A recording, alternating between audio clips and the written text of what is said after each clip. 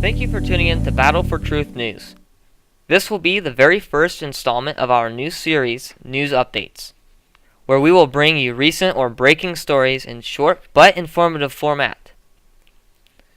We will start by sharing the official story, and then we will discuss and break down the story in the later part. Now let's get on with today's story.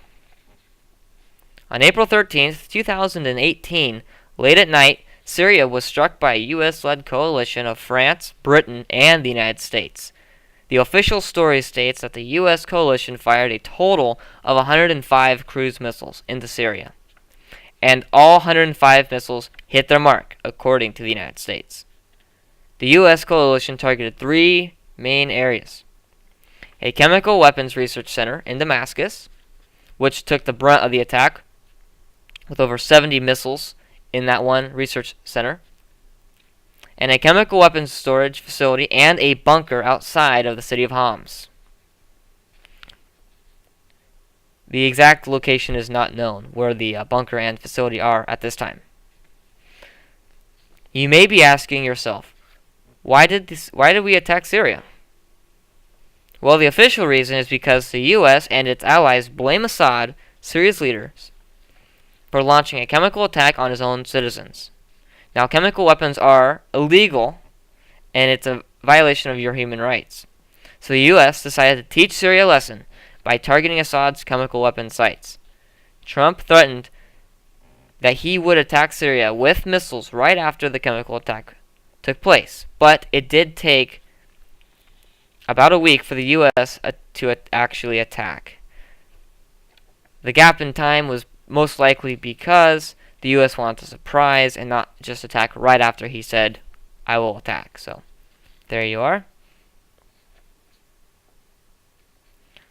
Now, after Trump's threat to launch missiles into Syria, Russia, a great ally to Syria, said that Russia and Syria will shoot down any and all attacks that the U.S. launch into Syria.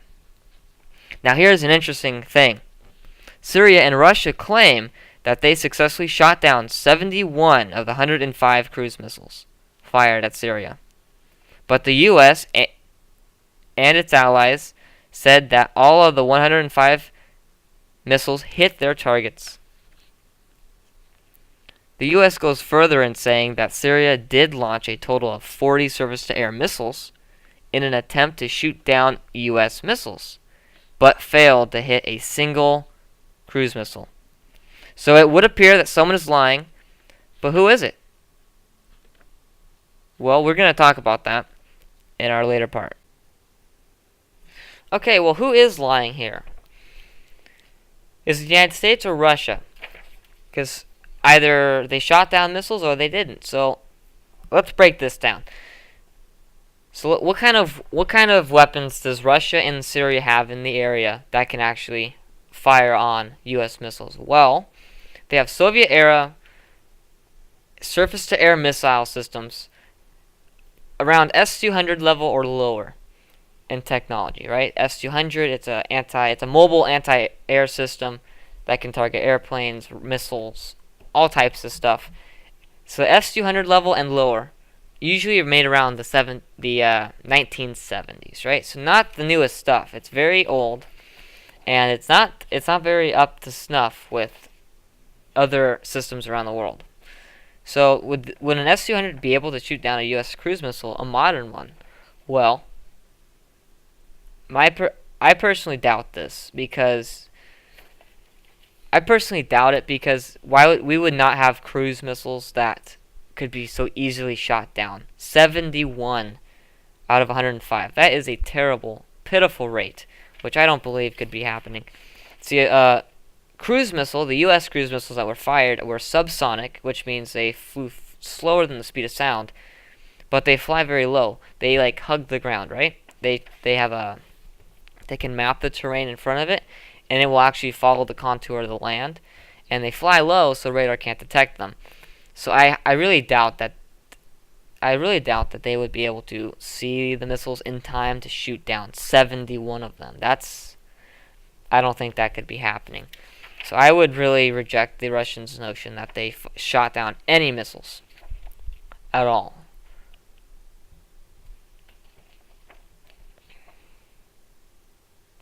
But now let's look at the chemical attack that started this whole deal.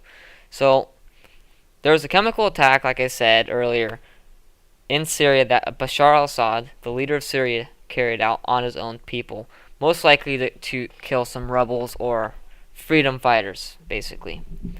And the problem with this is that we don't have real evidence, right? All we've seen is video and pictures. That's really all we've seen. We don't have any first-hand accounts of like U.S. inspectors, U.S. troops, U.S. anyone, right? We don't have any of our people first-hand accounts. We have Syrian people first-hand accounts, but right, do we want to listen to that? Do we want to launch this airstrike purely on some video and some pictures and a couple articles from local news agencies? I mean, that's kind of iffy, right?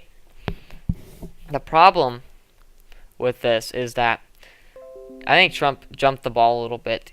He does not have sufficient proof. We don't know what really happened. We don't know if it was Syria. We don't know if it was Russia. We don't know who carried out the gas attack, if it at all happened. We have no proof.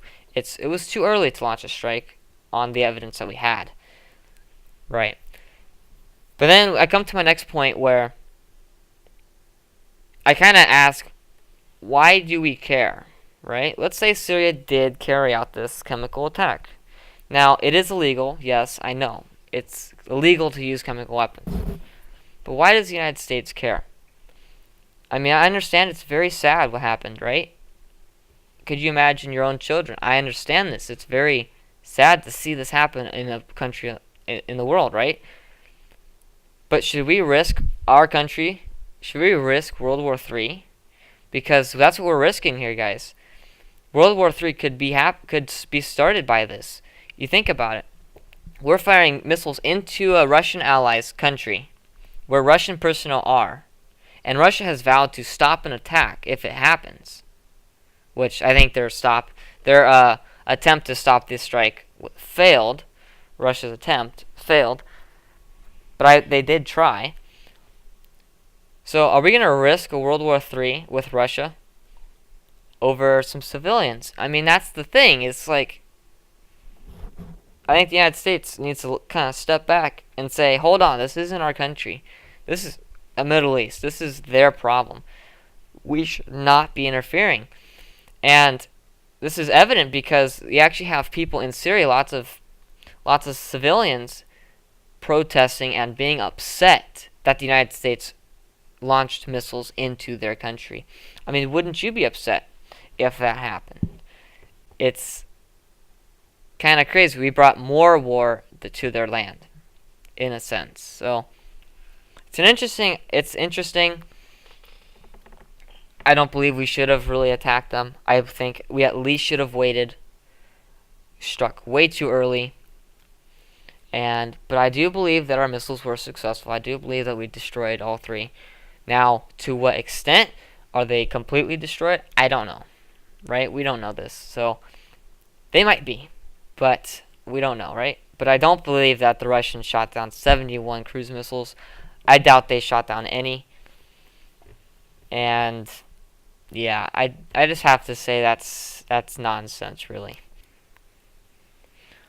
Well, okay, guys, that about wraps up this news story. Thank you for watching Battle for Truth News. If you guys like the video, please leave a like. If you dislike the video, then leave a dislike. But please leave a comment if you dislike the video, telling me why you don't like the video. That would really help me out. And any other comments would be much appreciated. Any discussion would be much appreciated. If you have any questions, put them in the comments, and I will get back to you. So thank you very much, guys. I'll see you next time on Battle for Truth News.